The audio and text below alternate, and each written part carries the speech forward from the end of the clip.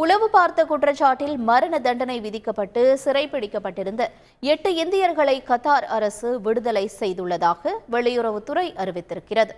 கத்தாரில் அல்தஹ்ரா global technologies நிறுவனத்தில் இந்திய கடற்படை முன்னாள் வீரர்கள் 8 பேர் பணியாற்றி வந்தனர்.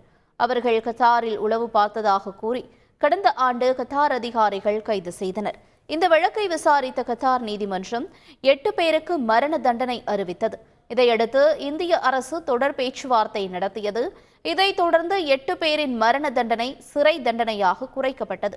இந்நிலையில் இந்திய வெளியுறவுத்துறையின் தொடர் பேச்சுவார்த்தையின் பலனாக 8 பேரையும் கட்டார் அரசு விடுவித்துள்ளது. இந்த முடிவை வரவேற்ற இந்திய வெளியுறவுத்துறை அமைச்சகம் 8 பேரில் 7 பேர் இந்தியா வந்துள்ளதாகவும் தெரிவித்துள்ளது.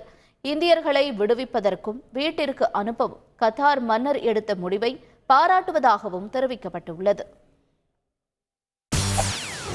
செய்திகளை உடனுக்குடன் தெரிந்து கொள்ள உடனே சப்ஸ்கிரைப் பண்ணுங்க.